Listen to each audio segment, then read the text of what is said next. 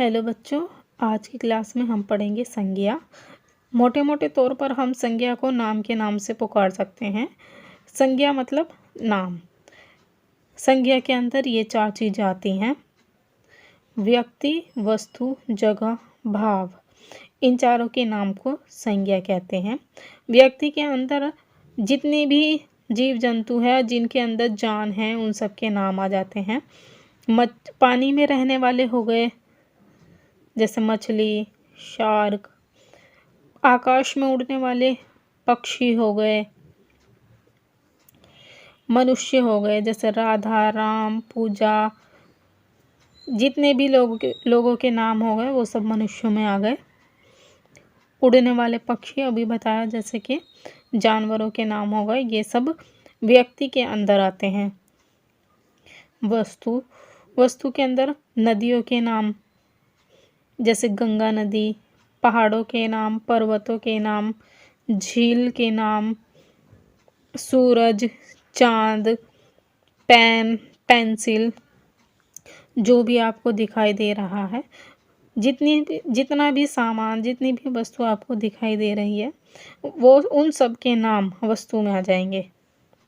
जगह में आ जाएगा आपका गांव का नाम, शहर का नाम, नगर का नाम, देश का नाम, विदेश का नाम, स्कूल का नाम, बैंक का नाम, कॉलेज का नाम। जितनी भी जगहों के नाम आप जानते हैं, छोटी जगह हो चाहे बड़ी जगह हो, उसका नाम संज्ञा कहलाता है। भाव में आ जाएगा बचपन, जवानी, बुढ़ापा, मिठास, किसी भी चीज़ का भाव हो वो सब भाव में आ जाएगा।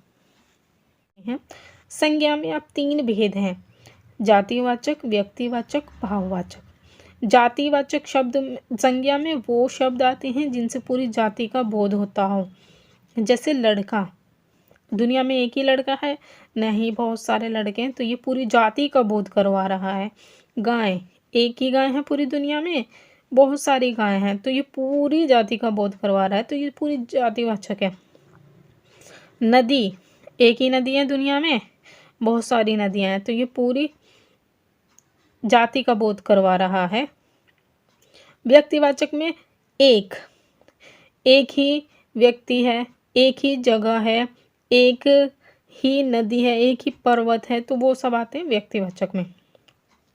मोहन, लड़के तो बहुत सारे हैं, लेकिन मोहन नाम का लड़का, किसी खास मोहन से बात कर रहे हैं, तो ये है व्यक्तिवाचक।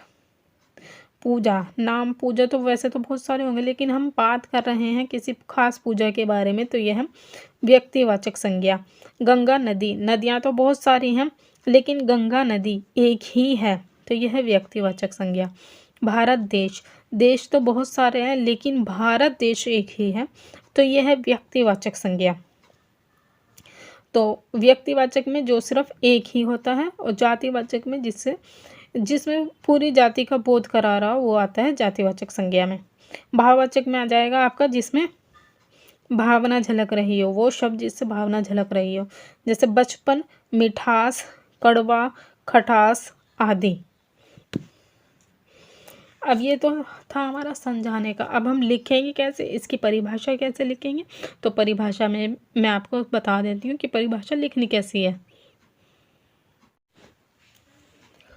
संज्ञा किसे कहते हैं, संज्ञा के भेद लिखो, तो इसकी परिभाषा हम लिखेंगे। इस परिभाषा में वो सब 4 चीज़ें आ जाएंगी, 4 चीज़ों के नाम, तो परिभाषा कंप्लीट हो जाएगी।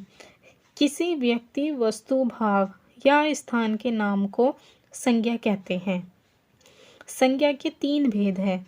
जातिवाचक संज्ञा, जिन शब्दों से संपूर्ण जाति का बोध होता है उसे जातिवाचक संज्ञा कहते हैं, जैसे मनुष्य, नदी, पक्षी, बालक, गाय, जानवर आदि। दूसरा है व्यक्तिवाचक संज्ञा, जिन संज्ञा शब्द से किसी विशेष व्यक्ति, वस्तु या स्थान का बोध होता है उसे व्यक्तिवाचक संज्ञा कहते हैं, जैसे कृष्ण, दिल्ली, भारत, गंगा आदि। तीसरा है भाववाचक संज्ञा, जिन शब्दों से किसी पदार्थ की अवस्था, गुण, दोष या धर्म आदि का बोध होता है उसे भाववाचक संज्ञा कहते हैं, जैसे बुढ़ापा, बचपन, मिठास आदि।